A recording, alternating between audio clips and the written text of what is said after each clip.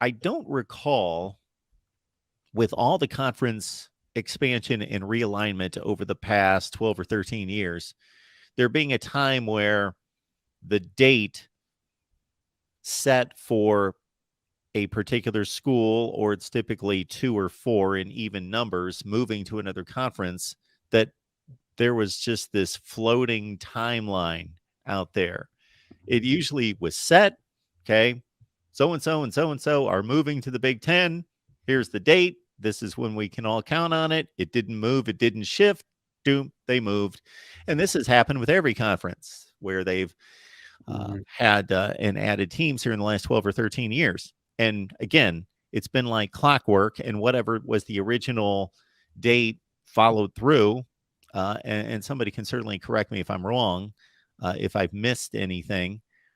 But with this Oklahoma Texas move to the SEC, this seems to be still just kind of out there that there's a projection for 2024, and it's been moved up from 25 to 24, correct? Mhm. Yeah. Yeah. It was originally 25 or 26. 25. Anyway, Yeah. 25 and then up to 24.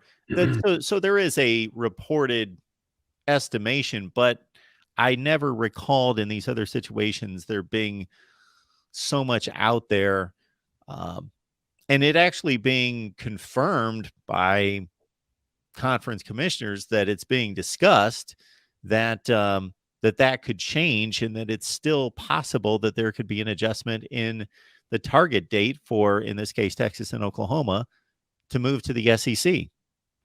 Yeah, it's been very bizarre, Mark. I think when the initial obviously, I think most people, when the initial announcement came out that it would be in 2025, there was some understanding that, yes, there would be a significant financial impact if Oklahoma and Texas, wanted to pursue leaving early. But I think at the same time, most people didn't think that Oklahoma and Texas would still remain in in their minds. I think probably, no disrespect to the Big 12, but without them, they feel would be a kind of a lame duck conference at that point, right? So I think all the assumptions and the thoughts were that it wouldn't go until 2025, and so I think there was some things that, that out there that we thought that, ESPN would help drive this in a certain degree with, with the SEC network, and just how much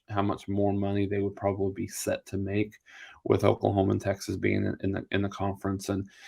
And so it was a little bit, like you said, a little bit in limbo. It kind of had moved back and forth, and like, but I think everything changed for me. And I know that we've talked about this a lot, but I think everything changed for me and my assumption when the Big Ten did what they did with USC and UCLA. And again, that was a very hard, to your point, that was a very hard date. Like, this is happening in 2024. So I think with that happening, that for me, and I think a lot of others, really confirmed the idea that Oklahoma and Texas probably were not going to wait, and the SEC were not interested in waiting until 2025. Now, even this week, we've heard a little bit of rumor that potentially this could happen as early as 2023. Now, I think it's kind of interesting how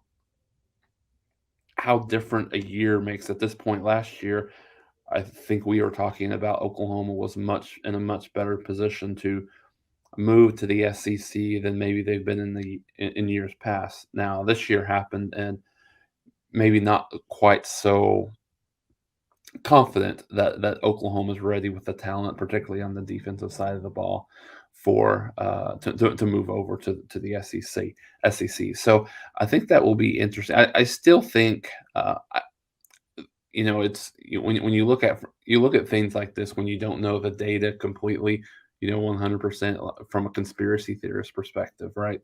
When you look at, the Big 12 has not released their schedule yet, so there's something that's causing the delay in the release of that.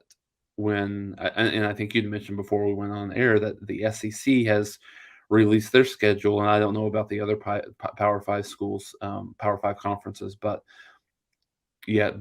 there's something to that delay because it's been announced to be a delay on a couple of different occasions. So I think ultimately, if the price is right, I think the idea for Oklahoma and Texas to move over as quickly as possible, I think is a fair and very valid assumption that's happening now. Can they do all the things that they need to do to be able to make that happen from a financial perspective? I mean, we all know when these things happen, there's some arbitration that goes on, and it's really kind of settled out of court from a settlement perspective right there. But it's very intriguing to watch. I think in the back of our minds, we think, here it is almost December, and you've got games starting in these conferences in 6 months. So, well, 7 months about. So, is that enough time for everything that needs to happen in order for Oklahoma and Texas to move in 2023? I still think it's more likely 24. Now I would say if you're looking at 2025 versus 2023, I think there's probably a better chance that it happens in 2023 versus Oklahoma and Texas remaining in this Big 12 conference for a couple of years. But it'll be interesting to watch. But if it does happen, you have to think, and I know that we've said this a few times, but I think you have to think there's at some point here in the relative near future, there is a line in the sand where there's some announcements that comes out that says, okay, we're moving in 2024. We've settled out of court for whatever this amount is, and we're moving in 2024 or 2023. If that's the case, you would think that announcement would happen sooner rather than later. No pun intended. Every time there's been a major move in college football, the SEC has built a reputation for being at the forefront of that change, whether that's the first conference to create a conference championship game. You can go down the line. The SEC has built a reputation through the decades, and I think it's pretty valid and been justified that they are typically going to be the forerunner and make their decision quickly and decisively and then move on it quickly and decisively. So this would be an exception where the Big Ten announcement and decision agreement was all made this past summer, a year after Oklahoma and Texas. And based on the original dates that were projected for the moves, the Big Ten would have been a full 2 years ahead of the SEC because it was decided a year later and they would be moving a year sooner. We are now down to the Big Ten being a year ahead of the SEC in regards to making those moves.